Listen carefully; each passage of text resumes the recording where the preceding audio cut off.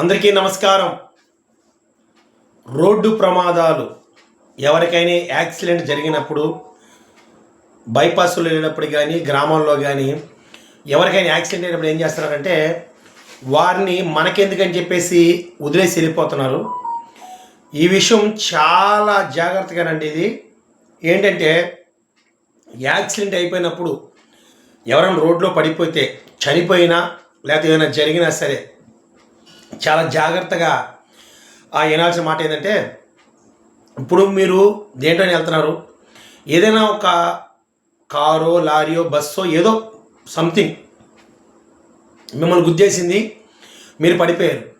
అయితే వెంటనే మనం చేయాల్సింది ఏంటంటే, ఒకవేళ బండి నెంబర్ దొరికిందనుకోండి, వాళ్ళ మీద కేసు పెట్టవచ్చు. కేసు పెట్టిన తర్వాత ఏంటంటే ఆ గుద్దిన బండికి ఇన్సూరెన్స్ ఉంటుంది కాబట్టి ఖచ్చితంగా ఇన్సూరెన్స్ అనేది పాము అవుతుంది, ఖచ్చితంగా డబ్బులు వస్తాయి. అయితే రెండోది ఏంటంటే, బాగా మంచి దెబ్బలు తగిలి లేలేని పరిస్థితిలో ఉన్నప్పుడు ప్రభుత్వం 50,000 రూపాయలు ఆ పేషెంట్కి ఇస్తుంది. అదే మనిషి చనిపోయాడు అనుకో, వెంటనే 2,00,000 రూపాయలు గవర్నమెంట్ ఇస్తుంది. అయితే మనం చేయాల్సిన పని ఏంటంటే, యాక్సిడెంట్ అయిన తర్వాత దగ్గరలో ఉన్న పోలీస్ స్టేషన్లో కంప్లైంట్ ఇవ్వాలి. అలాగే కలెక్టర్ గారికి కూడా మనం తెలియచేయాలి. అయితే చాలా జాగ్రత్తగా, ఏంటంటే చాలామంది ఏమనుకుంటారంటే, ఏమో యాక్సిడెంట్ అయింది మనం కానీ గుద్దేసామంటారేమో, ఇంత ముందులాగా యాక్సిడెంట్ అయిందని చెప్పేసి రోడ్ల మీద వదలొద్దు. ఎందుకు ఈ మాట చెప్తానంటే, నేను నెల్లూరు నుంచి వచ్చేటప్పుడు నైట్ 11, 1 గంట అట్లా అవుతుంటే టైము, చాలా ప్రాంతాలకు వచ్చినప్పుడు నేనేం చేస్తున్నానంటే, ఏది ఏమైనా ఎవరికైనా యాక్సిడెంట్ అయితే వెంటనే ఆటోలో ఎక్కించుకొని తీసుకెళ్ళి నారాయణ హాస్పిటల్ ఉంటే నారాయణ హాస్పిటల్, కొన్ని హాస్పిటల్ దింపేసి వస్తున్నాను. అయితే కొంతమంది అయితే డబ్బులు కూడా తీసుకోవట్లేదండి మనం, ఎందుకంటే వాళ్ళు ఉండే పరిస్థితుల్లో, ఎందుకంటే యాక్సిడెంట్ అయిందంటే మామూలుగా జాయిన్ చేయలేము, ఐసీలో జాయిన్ చేయాలని, అందుకని మనం డబ్బులు కూడా ఎవరిని అడగలేకపోతున్నాం. మనం చేసేది ఏంటంటే, ఒక్క మంచి పని ఏంటంటే, ఒకవేళ యాక్సిడెంట్ అయిందని చెప్పేసి వాళ్ళు వదలకంట మనకి వీలైనంత వరకు ఏదో ఒక హాస్పిటల్లో జాయిన్ చేయడం చాలా మంచిది. ఒకవేళ ప్రైవేట్ హాస్పిటల్లో జాయిన్ చేయడం బాగోదు అనుకుంటే గవర్నమెంట్ హాస్పిటల్కైనా జాయిన్ చేయండి, లేదా అంబులెన్స్కైనా ఫోన్ చేయండి. మీకు వీలైనంత వరకు అక్కడ వదలొద్దు. చెప్తున్నారు కదా, మీ ఇంట్లో ఎవరికైనా ఏదైనా జరిగితే, పొరపాటున జరిగితే వెంటనే స్థానిక పోలీస్ స్టేషన్ కంప్లీట్ ఇవ్వండి. అలాగే కలెక్టర్ గారికి మీరు అర్జీ రూపంలో తెలియచేయండి. హాస్పిటల్ మెడికల్ బిల్లు ఖచ్చితంగా బాగా సీరియస్గా ఉంటే 50,000 రూపాయలు గవర్నమెంట్ అందిస్తుంది. చాలామందికి ఈ విషయాలు తెలియని వారికి షేర్ చేయండి. అదేవిధంగా ఒకవేళ చనిపోతే 2,00,000 రూపాయలు ఖచ్చితంగా ప్రభుత్వం నుంచి చచ్చిపోయిన వెతికిస్తారు.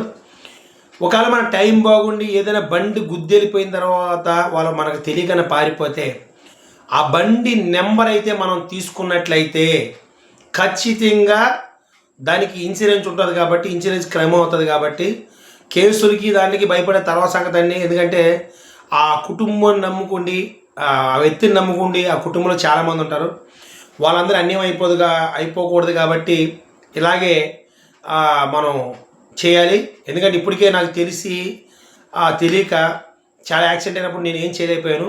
ఇప్పుడైతే మనం కొన్ని అవగాహన మనం యూట్యూబ్లో వీడియోలు పెడుతున్నాం కాబట్టి మనం కొన్ని తెలుసుకోగలుగుతున్నాం. మనం తెలుసుకున్న కొన్ని మాటలు ఎదురులు కూడా చెప్పాలి. ఎవరికైనా ప్రమాద శాతం చనిపోతే వెంటనే స్థానిక పోలీస్ స్టేషన్లో కంప్లైంట్ ఇవ్వండి. అలాగే ప్రభుత్వం దగ్గర నుంచి 50,000 రూపాయలు వస్తుంది. అలాగే చనిపోతే 2,00,000 రూపాయలు వస్తుంది. ఒకవేళ ఏదైనా బండి నెంబర్ తెలిసినట్టయితే అది ఆ బండికి ఖచ్చితంగా ఇన్సూరెన్స్ ఉంటుంది కాబట్టి క్లెయిమ్ అవుతుంది. ఎవరిని కూడా దారిలో వదలొద్దు. దయచేసి వాళ్ళ కుటుంబాలకి వాళ్ళు ఎంతో అవసరం ఉంటారు, ఎందుకంటే వాళ్ళు బుద్ధంగా చనిపోరు కాబట్టి వీలైనంత వరకు హాస్పిటల్ తీసుకెళ్ళండి. నేను ఇటీవల ఇప్పటికే 2-3 కేసులు నారాయణ హాస్పిటల్కి తీసుకెళ్ళడం జరిగింది. ఎందుకంటే వాళ్ళు ఎవరైనా ఆపుతారు ఎక్కించినప్పుడు, వాళ్ళు బంధువులు ఎక్కిస్తున్నారా లేకపోతే వాళ్ళు ఎవరైనా ఎక్కిస్తున్నారా మనకు తెలియదు, కానీ వెంటనే ఆటో ఎక్కించుకొని నేను నారాయణ హాస్పిటల్ తీసుకెళ్తున్నాను. తర్వాత వాళ్ళ దగ్గర డబ్బులు కూడా తీసుకోవట్లేదు.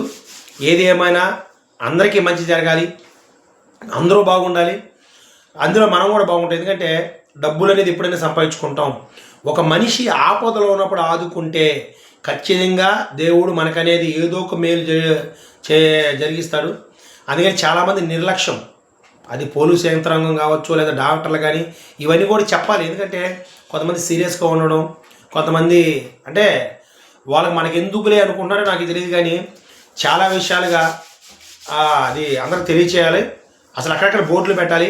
ఎందుకంటే యాక్సిడెంట్ అయిన తర్వాత పోలీసు వాళ్ళు అయినా సరే, లేకపోతే హాస్పిటల్ సిబ్బంది అయినా సరే బోర్డులు పెట్టాలి అక్కడక్కడ.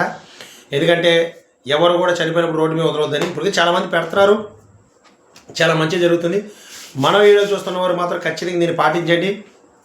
మీకు తెలియకపోతే 10 మందికి షేర్ చేయండి వీడియో.